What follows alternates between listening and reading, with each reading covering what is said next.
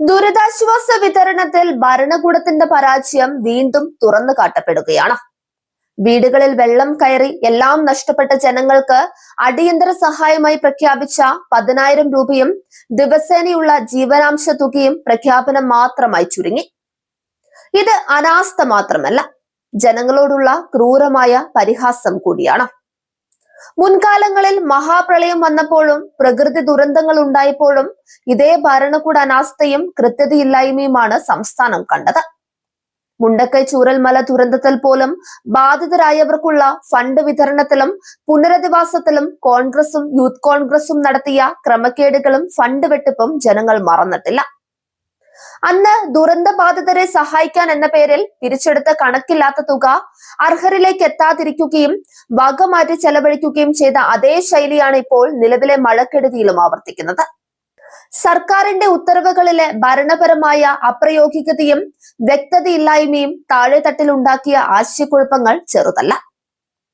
വീടുകളിൽ വെള്ളം കയറി ദുരിതാശ്വാസ ക്യാമ്പുകളിലും ബന്ധുവീടുകളിലും അഭയം തേടേണ്ടി വന്നവർക്ക് വീട് വൃത്തിയാക്കുന്നതിനായി അനുവദിച്ച 10,000 രൂപയുടെ പ്രാഥമിക സഹായം ഇതുവരെ ഒരാൾക്ക് പോലും ലഭ്യമായിട്ടില്ലെന്നാണ് പുറത്തുവരുന്ന വിവരങ്ങൾ.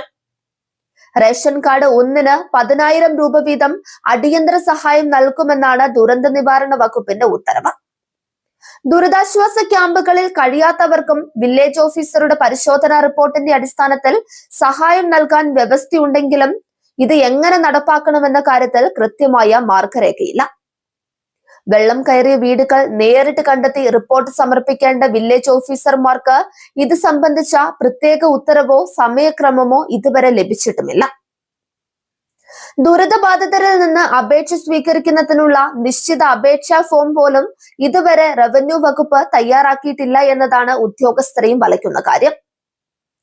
2018 മഹാപ്രളയത്തിന് ശേഷം ഇത്തരത്തിൽ 10,000 രൂപ ധനസഹായം നൽകിയപ്പോൾ സംസ്ഥാന ദുരന്ത പ്രതികരണ നിധിയിൽ നിന്ന് 6,200 രൂപയും മുഖ്യമന്ത്രിയുടെ ദുരിതാശ്വാസ നിധിയിൽ നിന്ന് 3,800 രൂപയും ചേർത്താണ് തുക കണ്ടെത്തിയത്. എന്നാൽ ഇത്തവണത്തെ ഉത്തരവിൽ ഏത് അക്കൗണ്ടിൽ നിന്നാണ് തുക അനുവദിക്കേണ്ടതെന്ന വ്യക്തമായ പരാമർശവുമില്ല.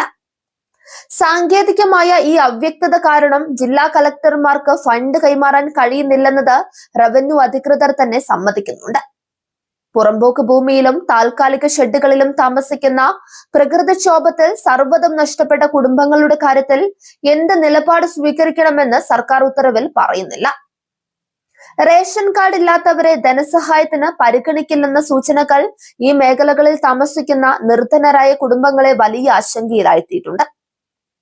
നാശനഷ്ടം സംഭവിച്ച സൂക്ഷ്മ ചെറുകിട ഇടത്തരം വാണിജ്യ വ്യാപാര വ്യവസായ സ്ഥാപനങ്ങൾക്കും അംഗീകൃത ഹോം സ്റ്റേകൾക്കും 10,000 രൂപ വീതം അടിയന്തര സഹായം പ്രഖ്യാപിച്ചിട്ടുണ്ടെങ്കിലും ഇതിലും വ്യക്തത കുറവുണ്ട്.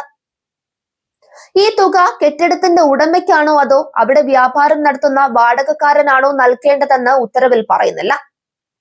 വാടക വീടുകളിൽ താമസിച്ച് വെള്ളപ്പൊക്കത്തിൽ വീട്ടുസാധനങ്ങൾ നഷ്ടപ്പെട്ട സാധാരണക്കാരുടെ കാര്യത്തിലും ഇതേ ആശയക്കുഴപ്പം തുടരുകയാണ്.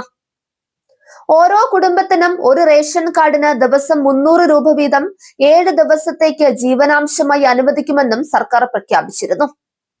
എന്നാൽ ഈ തുക ആരാണ് വിതരണം ചെയ്യേണ്ടതെന്നോ ഏത് മാർഗത്തിലൂടെയാണ് ജനങ്ങളിലേക്ക് എത്തിക്കേണ്ടതെന്നോ ഉള്ള കാര്യത്തിൽ ഇപ്പോഴും വില്ലേജ് താലൂക്ക് ഓഫീസുകൾക്ക് വ്യക്തത വന്നിട്ടില്ല.